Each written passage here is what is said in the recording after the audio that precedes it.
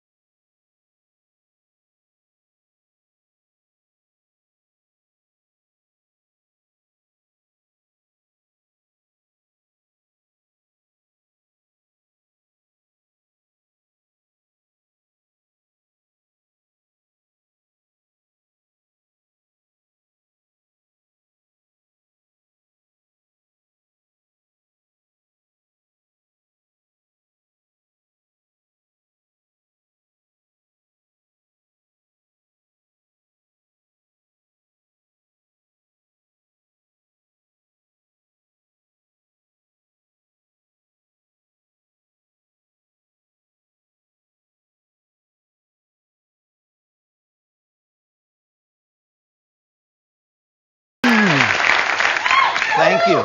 Hey. Why doesn't this culture make better use of A.J. Benzo?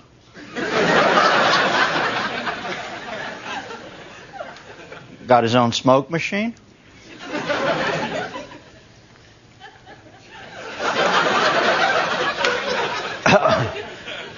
Let's see what's new in the world this week. Attorneys for Tim McVeigh met yesterday to request a postponement of his June 11th execution. And just what am I supposed to do with a rented dance floor and 200 mini Thai pizzas?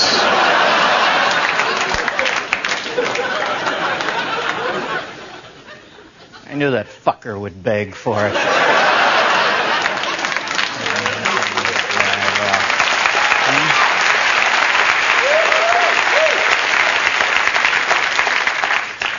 We'll do it over time, Timmy. No big zapper. We'll work the crock pot on you. Vermont Senator Jim Jeffords says he has received numerous death threats since announcing his defection from the Republican Party. Republican leaders say they do not condone such behavior as death threats and promise to remind their constituents that Jeffords is still a U.S. Senator and not an abortion doctor.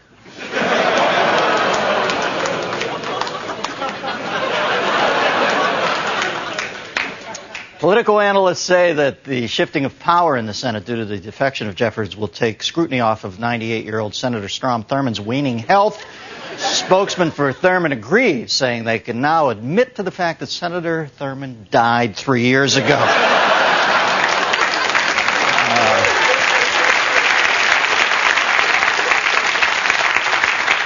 He still looks better than Teddy Kennedy does. A 58-year-old woman was arrested in Newport, Tennessee on Wednesday, I love this story, for allegedly trying to smuggle crack cocaine into an East Tennessee prison for her daughter, serving time there. I defy anyone to build a wall high enough to keep out a mother's love.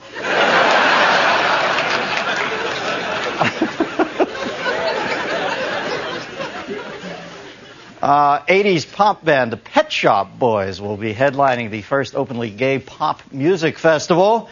The British duo said they want to empower society's most marginalized and persecuted minority, people who still remember the Pet Shop Boys.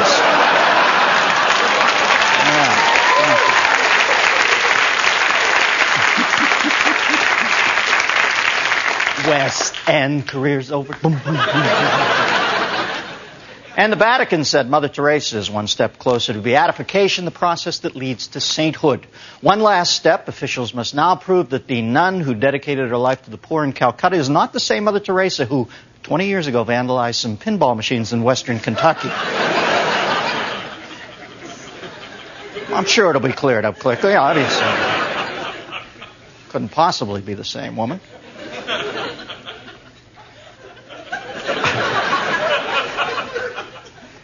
And a sex-crazed monkey is on the loose. A sex-crazed monkey on the loose in a Sri Lankan town, attacking girls and flirting with other animals. I don't know if you're watching right now, but Kukachi! What do we say about good touch, bad touch? Now, come home.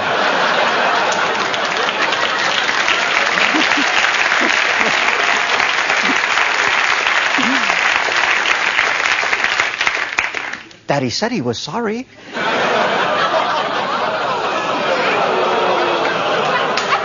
Cucacci, I had to slap him around.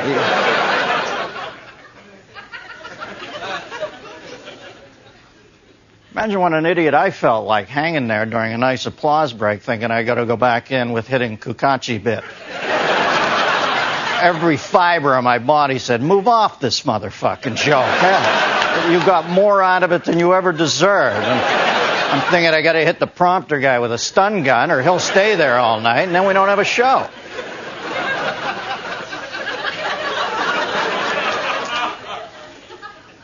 See, my life's not a bed of roses. Fuck. And a judge has ordered an internet company to pay $1.5 million to Pamela Anderson after it tried to sell a homemade video of her having sex with Poison lead singer Bret Michaels. The judge also ordered Miss Anderson to stop letting people tape her when she's fucking!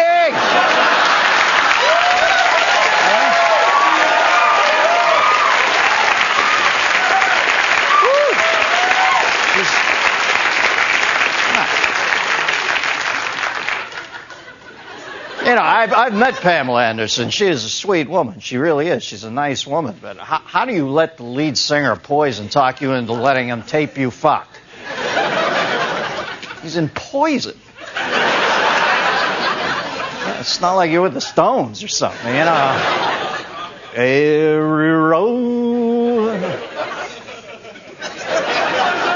Okay, I'll tape it. Just turn the fucking song off.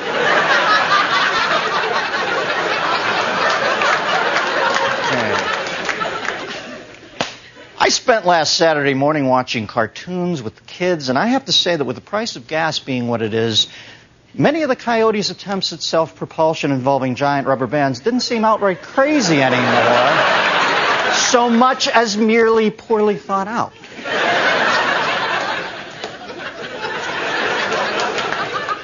Remember Saturday morning cartoons? They're the 2 minutes of filler between the commercials for Super Soakers and the 16,000 different forms of sugar, including salted sugar. Now, I don't want to get off on a rant here, but while I sometimes find advertising misleading, I do think it's necessary, as it often imparts vital information to the consumer. For example, paper towels with 2 plies are more absorbent. Wider gaps in tire treads help prevent hydroplaning. Fluoride fights tooth decay. Visiting foreign countries makes you shit yourself. And then you're back to the 2-ply thing. It's the circle of life. Advertising is not merely a human phenomenon, but a biological impulse found throughout the natural world. Peacocks attract the attention of a mate through a multicolored feather display. Baboons signal their sexual readiness with a pair of red, swollen buttocks. And both the duck and the gecko offer a broad range of attractively priced supplemental car insurance packages.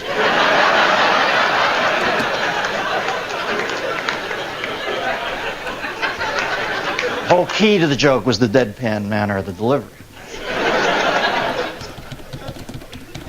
A little glimpse.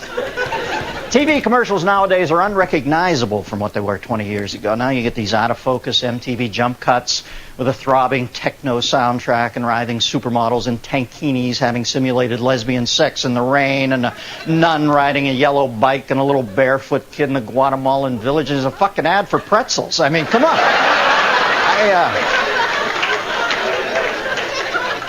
I just wish the people who wrote catchy commercial jingles in the 70s had taught at my high school. I think I would have retained a lot more important, useful knowledge. I don't remember anything about geometry, but I do remember that when it says Libby's, Libby's, Libby's on the label, you will like it on your table. And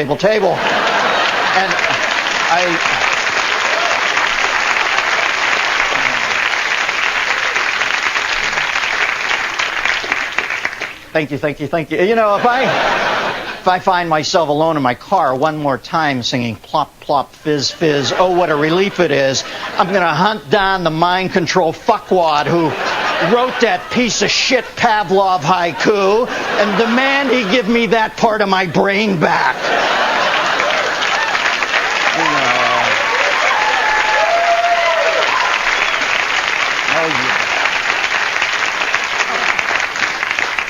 I knew I felt like George Shakiris tonight. You know, I'm seeing a lot more ads for medicines now. They're pushing pills for allergies that are followed by a list of side effects that read like a book of witches' spells. Nosebleeds, dry mouth, insomnia, shortness of breath, liver damage. You know what? Keep your allergy medicine, okay? I'd rather reach for a Kleenex than have a blue arc of electricity connecting my nipples.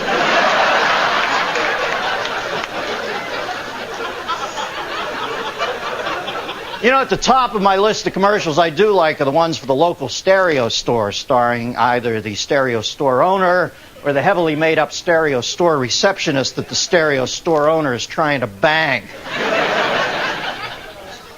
You know which television commercial makes me laugh? The one with the kid sitting in his car in a parking lot dancing like a robot to Mr. Roboto. This is genius. Absolutely no idea what it's selling. But, now, I'm all for sex in advertising, but I think it's gone too far. Steamy, provocative magazine ads are fine, but I was at the beach recently, and there was a prop plane going back and forth along the shoreline, trailing a banner that said, "Add inches to your tiny cock, Dennis."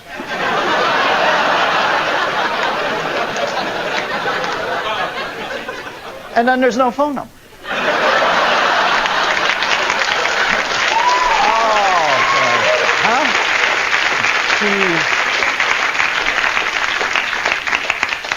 The key to a long-running, lucrative career? Admitting your genitalia is infinitesimally small.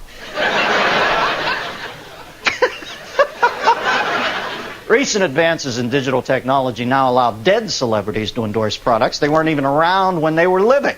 Just in case the heirs to my estate are getting any funny ideas, I want to get it out of the way right now. No matter what kind of cure for diarrhea they may discover in the year 2525, leave me the fuck out of it, all right? Now, I might not be the most objective guy in the world to lecture you all on the dangers of pervasive consumerism, given my occasional forays into the world of advertising, but please believe me, I am just as concerned as any of you about the omnipresence of advertising, and try to take my warnings tonight as a desperately needed wake-up call of up to 20 minutes for only 99 cents. You know,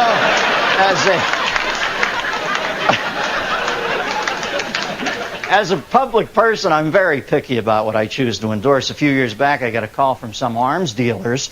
They wanted me to be the spokesman for a Kalashnikov machine gun that they were going to market to child soldiers in Southeast Asia. I said, "What kind of sick animal do you take me for? You want John Lovitz."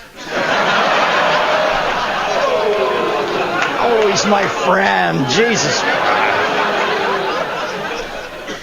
You know, folks, it's inescapable. From the designer label on the protruding elastic band to the immense size 52 underpants of the man in front of you in line at Dunkin' Donuts, straining to point out the maple cruller on the bottom rack of the display case. No, not that one with the extra frosting and the jimmies, to the drive to work, where you are subjected to a flashcard like strobing of billboards that leave your brain stamped with subliminal impulses to fly United to Florida's Gulf Coast to take a princess cruise to a Radisson hotel in the friendly Bahamas, where you'll drink Ronrico white rum and wear an oversized Tommy Hilfiger shirt and Merrill hiking boots while getting LASIK eye surgery, having your teeth whitened, getting approved for a home loan over the phone, and winning a large cash settlement for your personal injury claim.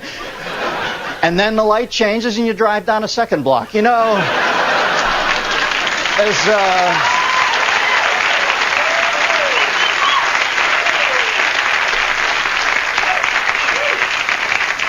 You know something? Life for me is just the downtime between Chevy Like a Rock ads, which have now officially lasted longer than Bob Seger's actual career. Attention, Madison Avenue. I give up. You've won. Here's my wallet. Just get it over with and paint a milk mustache on the Statue of Liberty, okay? Of course, that's just my opinion. I could be wrong.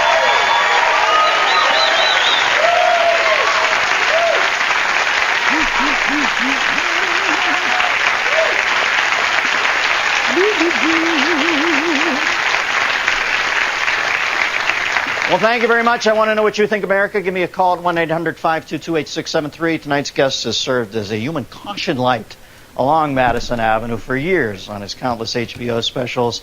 His new book, Napalm and Silly Putty, currently tops the New York Times bestseller list. Well, if there is a Mount Rushmore, his is certainly the first face in comedy. Please welcome George Carlin, ladies and gentlemen.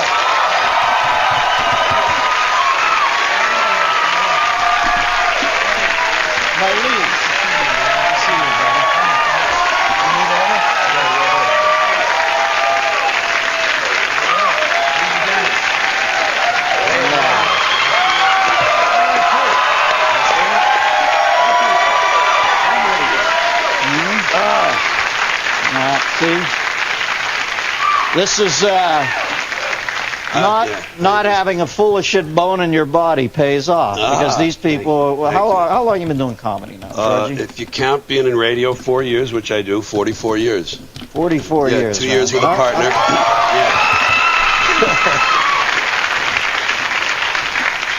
And getting better, I think. Huh? You know, well, geez, I watch your specials and I think, how does this fucking guy get it up like this? Well, you know, it's an old saying: if you do something for 44 years, you better be getting better at it.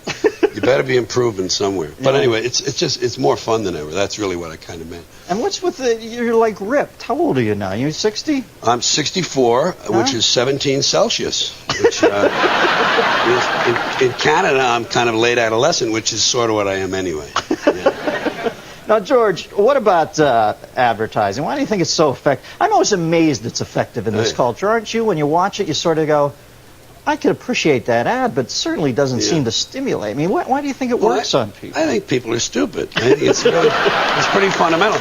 People are stupid and easily manipulated, you know. And the American people are really pretty stupid. And I don't mean these people here tonight. This is a different group. I mean the ones that didn't get here. The ones that didn't get here. They found their way into the studio. Last week's people. Yeah, exactly. But it's just, you know, you hear this canard that politicians roll this one out a couple times a week. The American people are far more intelligent than they're given credit for. And I think that's 180 degrees out of whack. I think they're far less intelligent than they're given credit for. H.L. Mencken said, no one ever went broke underestimating the intelligence of the American public. And it's true. The things, and if you need proof, you just listen to talk radio, read the letters to the editor, listen to the answers when someone with a microphone approaches someone. There's a famous poll that you've heard quoted, everyone has. Lech Walesa. This is no. Oh, I'm sorry. You got to listen with your eyes to this guy. I'm sorry. No, that's fine, but a very close relative of his. There's a famous poll that's quoted a lot. I don't know what it proves. It's about 20 years old now, so forgive the age of it. But they said, who is the most trusted person? Who do you trust the most in this country? And Walter Cronkite won this poll. People said, Walter fucking Cronkite. This is a newsreader for a commercial network. But the interesting thing is who came in second. Betty Crocker, okay? Betty fucking Crocker, a fictional person, a lady from the front of a cookie box, the second most trusted person. And the kind of things people believe, that people believe these are good figures. One of these is MIT, the other one's Northern Illinois University polls, more recent.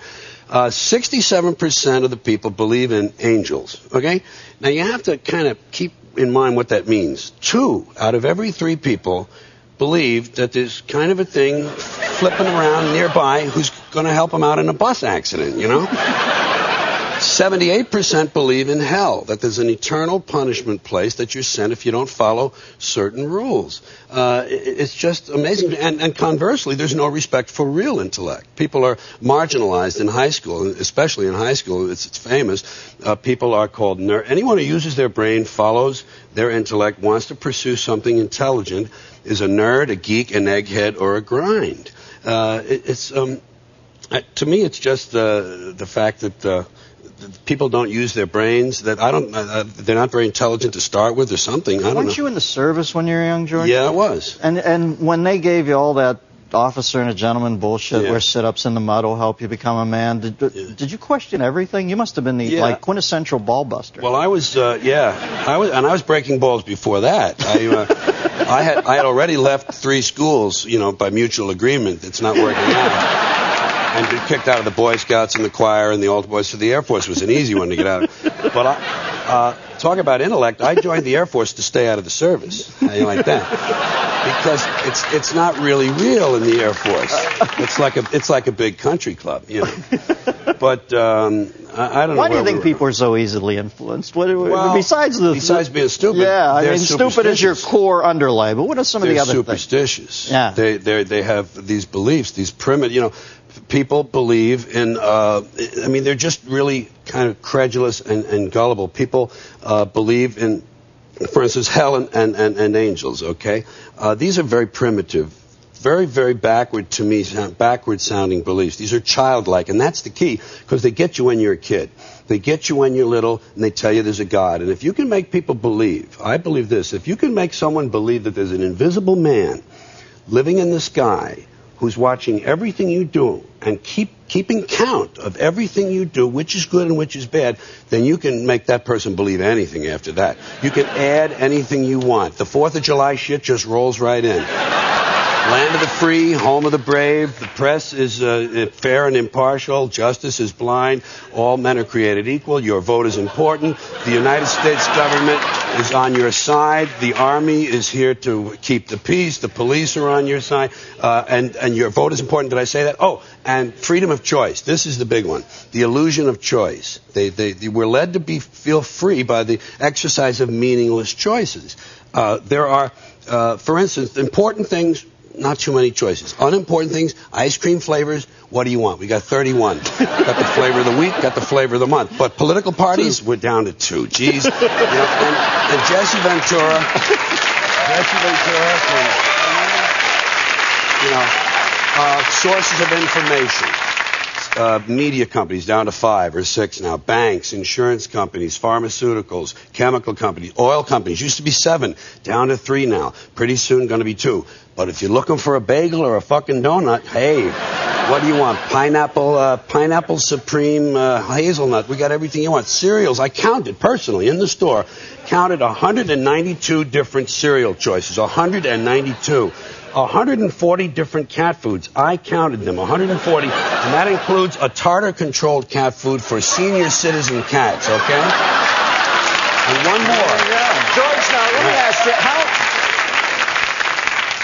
you're so bright and you're so skeptical, and you're 64 now. Have you managed to find a place where you can be at peace? Or I'm 47. I still find all this shit maddening. I mean, you say things. Obviously, your stock and trade has always been the brilliant thing in the guise of a joke, but it's so true, and I get so pissed off sometimes.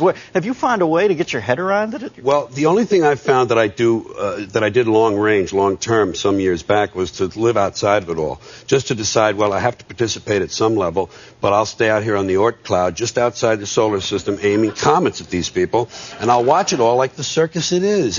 When you're born, you get a ticket to the freak show. I say, enjoy the show. Don't take it seriously. Sit back, watch the show. Yoda, ladies and gentlemen. Stick around, George.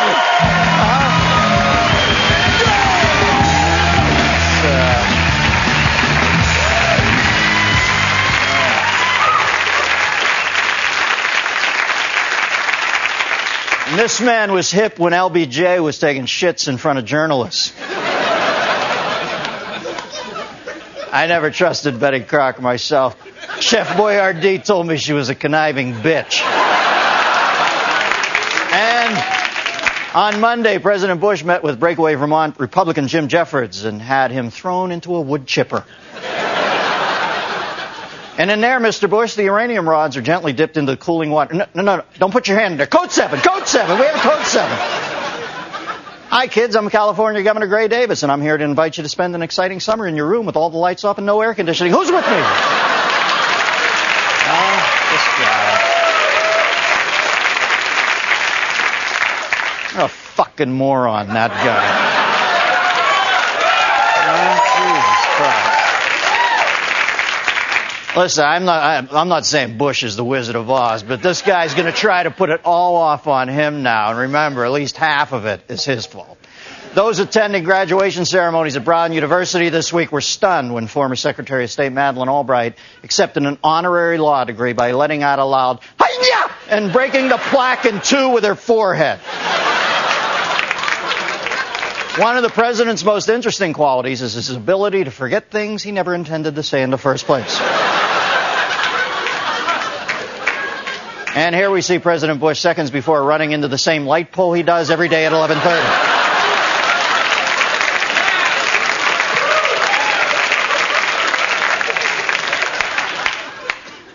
Make it too easy sometimes. Welcome to the Tehran Applebee's table or booth.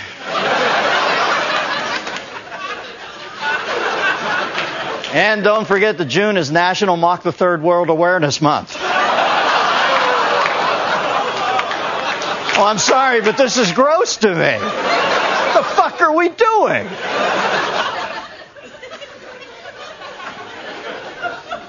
Send this there.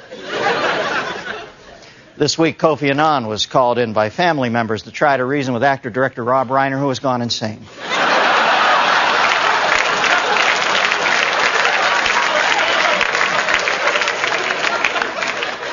And with only a tiny 2-foot by 2-foot patch of grass in front of the house, Richard wondered how his wife managed to run up a $3,000 a month gardening bill.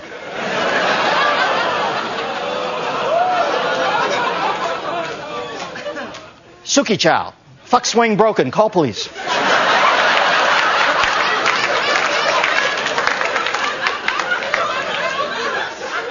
In trying to pick up a woman, Hawthorne would start off by telling her he was a director, then a cinematographer, and eventually working his way down to dying from lead poisoning. Due to outdated flight simulators, Malaysia's Air Force pilots are among the world's most poorly trained. After an incident on the Motley Crue tour bus, Jenny could only attend rock concerts with her mouth sewn shut, accompanied by her mother.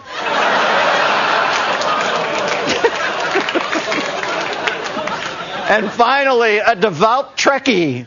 When she has the time, Hillary Clinton will visit Leonard Nimoy in the nut house. Guess what, folks? That's the news. I'm out of here. Good night, ladies and gentlemen.